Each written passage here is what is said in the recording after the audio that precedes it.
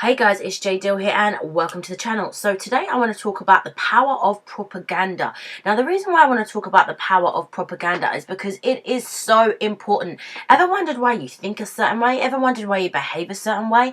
Well, a lot of it is down to propaganda that we face on a daily basis, whether it's from presidents, prime ministers, teachers, even friends. Propaganda is something that is really affected modern society, and it's important that we understand it so we know what we're dealing with.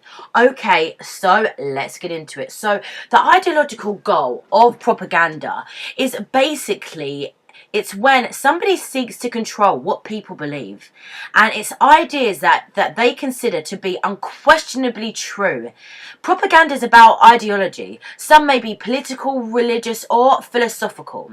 In some senses, all ideologies use propaganda to promote their ideas, and they say they're the only real truth, and they denigrate other belief systems as bad or evil or just plain wrong. And we can see that with many mainstream religions that we have, all of the religious dogma. So the basic conditions for propaganda. For propaganda to happen, there must be a person or persons of power, and they have significant control over mass media communication. And this can include presidents, governments, and media moguls, and at a smaller scale, teachers and parents. The person in control must have a need, or either that a significant group of people believe that something to be true or perceive something in such a way. Now, the hidden quality, another defining quality of perfect propaganda is that the message is hidden, and it's trying to persuade its recipients to receive this information as a simple truth. So the subject matter just becomes normal. Now that is the basic propaganda conditions. Now, there are actually several techniques for propaganda, and now I am going to talk about 7 of these propaganda techniques that we see all of the time. So the first one is the bandwagon technique, and this involves encouraging people to think or act in some way simply because everybody else is doing it. So we've seen that with Black Friday.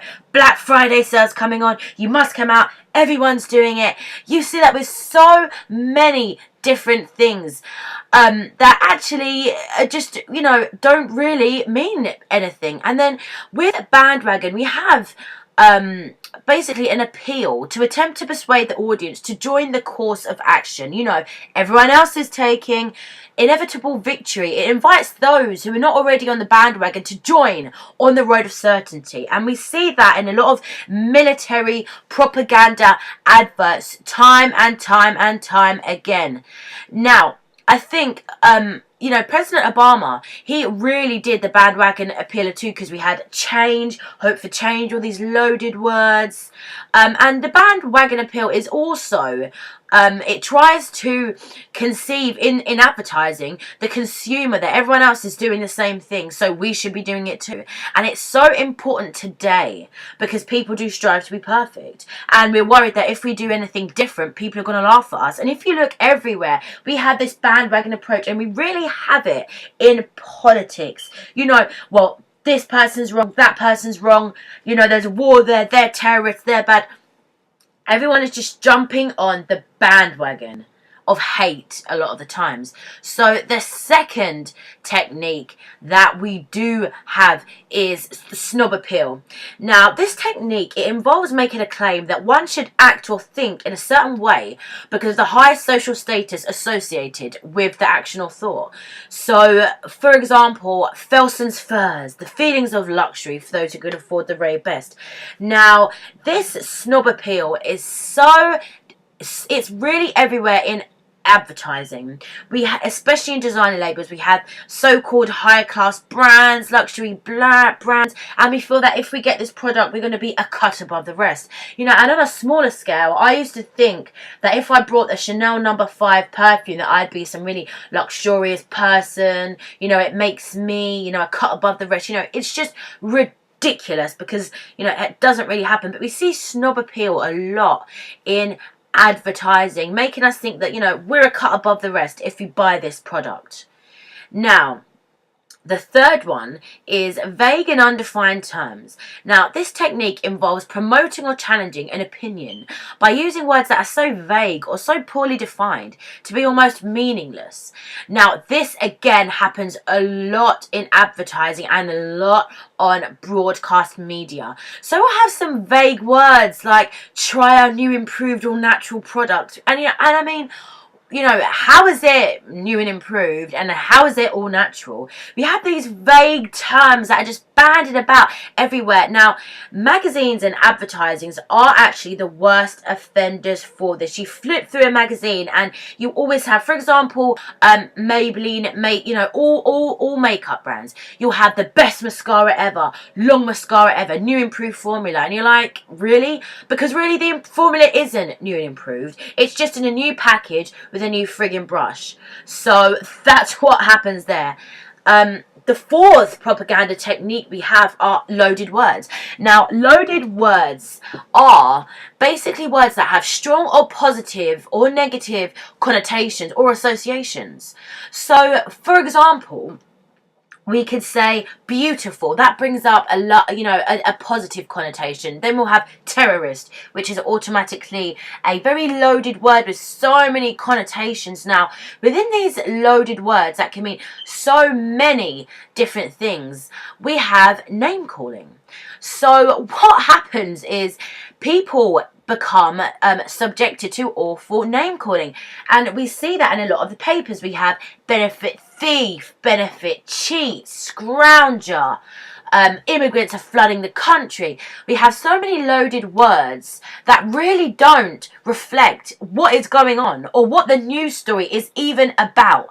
But it's not about that, because they want us to, whoever is doing the story, whoever's behind the story, wants us to view this in a certain way. So they use loaded words which have very strong negative or positive connotations, which we can interpret in our own way. Now, for example, you would have in politics, in the Trump and Hillary election, we had a lot of people saying no really intelligent voter would support his candidacy. Now, those are loaded words. We're using the word intelligent, we're using the word voter, we're using the word support, all these words to try and mix up our mind, to actually try to change what we're thinking. Now, loaded words are also known as weasel words, and they're words that are very descriptive, filled with emotion, and they capture consumers' attention, especially in advertising, and influence their actions. And they can be both positive or negatives. So here, I'm looking at a picture and it's saying salon beautiful, big hair, we're having beautiful, big hair, lots of loaded words there. And again, advertising is one of the worst offenders, and also print media. So newspapers, the most awful things, immigrants bring more crime, benefit thief, awful things that really, just aren't quite true. And that's a way that they use to twist our minds. Now, the fifth technique of propaganda is transfer. Now, this technique involves making an illogical association between one thing and something else that is generally viewed as positive or negative. For example, the American pioneers worked hard because they cared about your future. If you care about your future, then we'll see an agent at Pioneer Insurance.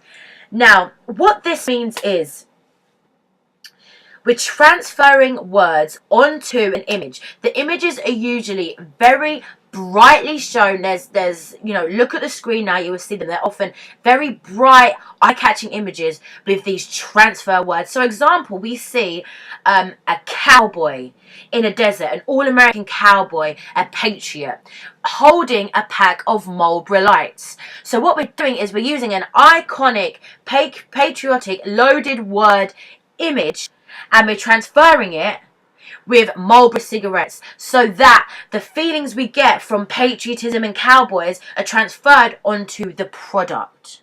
So this happens a lot in advertising, and this is how they get away with advertising such bullshit, because most stuff out there, let's face it, we don't need. Now, the sixth propaganda technique is unreliable testimonial. Now, this technique involves having an unqualified person endorse a product, action, or opinion. Now, we see that a lot. I mean, we actually see that a lot in advertising.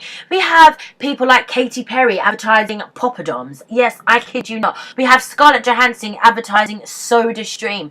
And we have David Beckham advertising Coca-Cola. And then in the political sphere, we have celebrities endorsing Hillary Clinton. We had celebrities endorsing Barack Obama. People who really have no knowledge. They are not in any way, shape or form qualified to be giving advice on this matter, because they have never even studied it, and they may have invested interest. But we see the testimonials a lot. We see it also in broadcast media a lot. We have stories, and then we have a testimonial of someone. I mean, one, we don't even know if that testimonial is true, but it's to persuade us, to give it that real human emotion, so we feel that these are true. Now, the funny thing about that is that basically we could break it up into the fact that endorsements involve, a well-known figure, an athlete, actor, actress, artist. They have large quantities of people who look up and idolize them, where they back up an assertion to try and make the consumer think that if they're doing it, then they should too. So we have a lot of that. Like right now, I'm looking at a picture of Rihanna. She's telling everybody to take her makeup off and buy this product. We have Usher, actually, the singer Usher Raymond, actually advertising a Visa card. So we see that everywhere. People who have no damn business endorsing things, and this happens a lot in politics. Now, some other specific techniques we have are the black and white fallacy. Now, the black and white fallacy, and it's not about colour, it's about presenting only two choices, with the product or idea being propagated as the better choice. For example, you're either with us or against us. And that really goes hand in hand with the democracy/dictatorship that we live in now. There's only him or there's only her. But what about in the middle? What about if there is no good or there is no bad, and the truth is somewhere in the middle? And we see that a lot going on everywhere. Now, another propaganda technique we have is the big lie. Now, the big lie is the repeated articulation of complex of events that justify subsequent action. The description of these events have elements of the truth and the big lie. So basically, it's truth mixed with lies all of the time. And eventually, the public's perception of the events will justify a retaliation. So we saw this in the Iraq War a lot. We saw weapons of mass destruction. That was a big lie. And then we had a bit of truth about how Saddam was treating his people. And it all got into our heads, and then the public accepted this, and the government decided to go to a fake war in Iraq. Now, another technique of propaganda is cherry picking or selective truth. Now, Richard Crossman, the deputy director of Psychological Warfare Division, said that during the Second World War, in propaganda, truth pays. It is a complete delusion to think of the brilliant propagandist as being a professional liar. The brilliant propagandist is a man who tells the truth, or that the selection of the truth, which he is required for his purpose. He tells it in such a way that the recipient does not think he's receiving propaganda. The art of propaganda is not telling lies, but rather selecting the truth you require and giving it mixed up with some truth and lies that the audience wants to hear. And that cherry picking is so often, and we see it a lot on actually YouTube videos and on the news, that the news want to frame somebody as a bad person. So we are only told their faults. Nobody is perfect. Everybody has good and bad sides, and we have to go with whoever's got the most good, but nobody is perfect. And this cherry picking happens a lot. Now, the plain folks idea, the common man. Barack Obama used this a lot in his campaign trail. He would always address people as folks, hi folks, you know, like he's just, you know, down with us. Now, the plain folks or common man approach, it attempts to convince the audience that the propagandist positions reflect the common sense of the people, when we know it doesn't. It's designed to win the confidence of the audience by communicating in the common manner and the style of the target audience. Propagandists use ordinary language and mannerisms in attempting to identify their point of view with that of the average person. A common example of the type of propaganda is a political figure, usually running for a placement in the backyard or doing the daily routine things. And we see that a lot. So how often have we seen politicians such as David Cameron in a school reading to children, in a pig farm doing normal things to make us feel like they are one of us, when really they're nothing like us. Now, one of the most important techniques of propaganda, and the last one that I'm going to touch on before I move on, is demonizing the enemy. It's making individuals from opposing nations, from a different ethnic group, or those who support opposing viewpoints to be subhuman, worthless, immoral through suggestion of false accusations. Dehumanizing is also used with demonizing. Now, we see that a lot. Now, for example, we see that with the whole Russia issue. So they're talking about Russians who may or may have not hacked in to the Hillary Clinton email scandals. They're literally demonizing Russia, saying Russia has done this, Russia has done that, and making the Russians seem as these weird, odd people that we have nothing in common with, and really, they're our fellow man. We also have dehumanizing the enemy, you know. For example, when we had the Brexit here in the UK, we had, you know, the right and the left, especially the left, just really dehumanizing anybody and making them seem they were stupid and foolish for actually wanting some kind of social change. So demonizing the enemy is actually very, very important, because we all have to remember, guys, that we are all brothers and sisters, no matter what color or what creed, what gender, whatever. We are all related, and that is the long. Now, moving on to a very important media mogul. We have this man in the picture. He is called Richard Desmond. Now, this man is possibly, apart from Rupert Murdoch, one of the most powerful and influential people in Britain. So this lovely gentleman owns Northern Shell. Now, Northern Shell is a huge publishing company. It publishes the Express, the Sun, the Daily Star, OK, and Now. Now, this gentleman actually purchased Channel 5. He is the one who, not purchased it, but actually owned it, who actually started the channel. Because for some reason, he felt there was a need for this disgusting propaganda. Now, I don't know if you guys have actually ever watched Channel 5, which features programs such as If You Can't Pay, We Will Take It Away, Life on the Dole, Benefits. Now, this thing with this Channel 5 is clearly a propaganda machine, which shows people who are on benefits in a terribly poor light, and actually focuses on more social division. And the programs are always taken from an angle of not understanding, but an angle of, what the fuck are you doing, you scroungers? Now, it's very interesting that this gentleman who, you know, created Channel 5, you know, commissioned these programs to be on, owns, you know, the Daily Star and the Daily Express, some of the most conservative and right-wing, horrible, bigoted, you know, papers out there. You know, that's really quite interesting.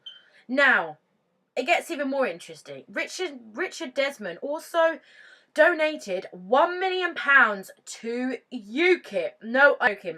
He met with Farage a couple of years ago and donated personally £1 million to their campaign. So he's, you know, apart from the actual owner of UKIP, He is one of the second biggest donors. So I think that's very strange. Now, Richard Desmond actually sold Channel 5 at the end of 2014 to Viacom Network. He got rid of it, but because his job was done. The social division, they're pitting people against each other. And isn't it funny how, and this isn't conspiracy, this is about people. Isn't it funny how, as people, we all have our own views. So he has his own views, which have stemmed from whatever. And he's just got the money to acquire a TV network to make one and to spout his beliefs. And he does this in the newspapers. And the reason why I'm talking about the newspapers a lot is because the newspaper really does shape a lot of thought of people in this country. People in this country believe what they read in the newspapers. And it is absolutely detrimental that people know where these papers and their political allegiances lie. Because when you read a paper, you're not just reading impartial journalism, you are reading a paper that is aligned to a political way of thinking, and most of the time to a political organisation. So we know we have the Daily Mail, and I am not going to go in on the Daily Mail because the Daily Mail does do a lot of good work, particularly around the child exploitation, VIP paedophile rings. I'm not going to go in on the Daily Mail, apart from saying the Daily Mail is conservative, the Daily Express is conservative. The Sun used to be Labour and then did a U-turn in 2010 and became conservative. The Independent was for the Conservative Liberal Democrat coalition, and the only real liberal paper out there is The Guardian, which is absolutely disintegrating because, as we know, journalism is dead, and that is why alternative media and YouTube is so important. So what people aren't realizing in the newspapers is we've been seeing all this stuff, the headlines. We're so innocent in a way. We open the paper and we think we don't know what we're going to read. But we think it's going to be accurate because it's written, but it's not. A lot of it are fake news stories. A lot of it is propaganda, and a lot of it is cherry picking. So we'll hear a story about a woman on benefits who apparently lives in a mansion. Okay, so what are they failing to tell you? They're failing to tell you this woman got into a car accident and can't work. They're failing to tell you she bought her house. Or they're failing to tell you she lives in a 3-bed house with her 6 kids, but they're defining it as a mansion. That is what propaganda is. It's to persuade you to have persuade you to have a certain political persuasion and to have a certain way of thinking, which goes hand in hand with this kind of matrix, the prison without the bars that we are living in. Now, somebody I really want to get to, who I haven't got to, is Mr. Jeremy Kyle. That awful, vile chat show. I don't know if anybody's ever watched that muck. And I don't dislike Jeremy Kyle as a person. I don't know him. But the program is vile and disgusting. Now, that foul program has really been used, even before the Conservatives came into power, to just absolutely, it's propaganda. He is a puppet of the propaganda machine, and he has been used willingly to make the less fortunate out to be absolute losers. You know, half the people in this TV shows are actors, let's put it out there. And yes, there are some people in society who are, you know, what one might call quote unquote undesirable, because they don't fit into this status quo of working till you die. You know, they kind of choose something different. You know, that's a very small minority of people. That's less than a 1%, because most people don't choose to live in poverty or to be on benefits. You know, it's less than 1% of the population. Now, he makes it out like all people on benefits are lazy. He talks about get a job, you know.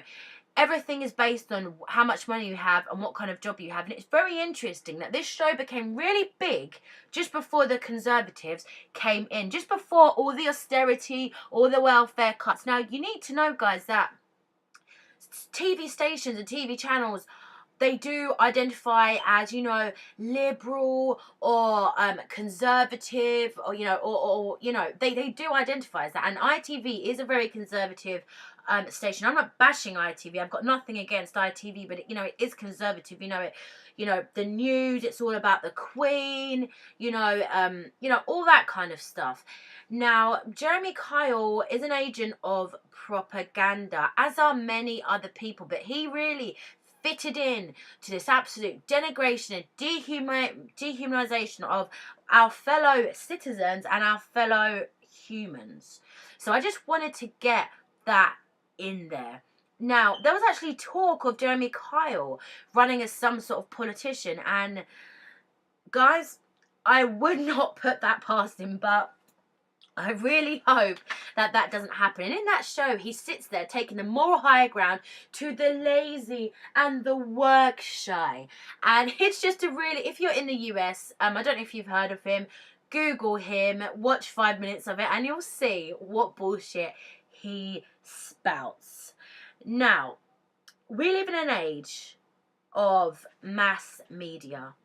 We live in an age of mass technology, and we live in an age where a few people control what we see. And that is why alternative media is so important. Unfortunately, the way we think, the way we view people, the stereotypes we have in our mind, we have received through propaganda. Propaganda is to blame for much of the social divisions we have in this country. It's a divisive, it's a tool, it's a technique that has been perfected. It's a form of psychological warfare in order for the government and the corporations to make us think a certain way. So I would urge everybody to recognise it. When they're reading the papers, recognise this is propaganda. Research the real story. Understand that you are not being told the full story because of terms I've used like half-truth fallacy, the big lie, cherry picking. They literally pick a little bit of truth and they mix it with lies. And you know, that's what they say about the devil. They say the devil mixes truth with the lies, and that's what makes it believable. There are very few stories around now in print and broadcast media that are actually true. You have to do your own independent research and you have to use discernment. Now, you know, certain people in my family may say, well, why would the government want to do this? Well, let's get past the government. The government doesn't own, apart from the BBC, the news channels or the channels on television. The government doesn't own that. It's corporations. These corporations are usually headed by multi-billionaires who have invested interests into political organizations and corporations. And just like people want to see social change, but it may not be the social change that we want to see. And that's what we have to understand, that millionaires and billionaires have opinions just like us. But unfortunately, many of the rich have a bit of a skewed view on people. They often think that homeless people choose to live on the street. They often think that poor people choose to be poor. And they often think that poor people don't have money because they're lazy. And we have to use discernment, and we have to understand that not everything is a conspiracy. If you look, you shall find, and you shall find the answers. There is such a thing called propaganda, mass media, and total control. Now guys, I really hope you enjoyed this video. Please share it, please like it, and of course please comment, and please subscribe to the channel. This video took me so long to make because I wanted to get all the information out there, and I wanted people to have a kind of awakening that I have had, that actually a lot of what I think, and in some respects, and a lot of the way I behave, and a lot of the possessions I think I need are based on propaganda and consumerism and what has been told to me. So recognize it and break out of the matrix. God bless, and have a very Merry Christmas.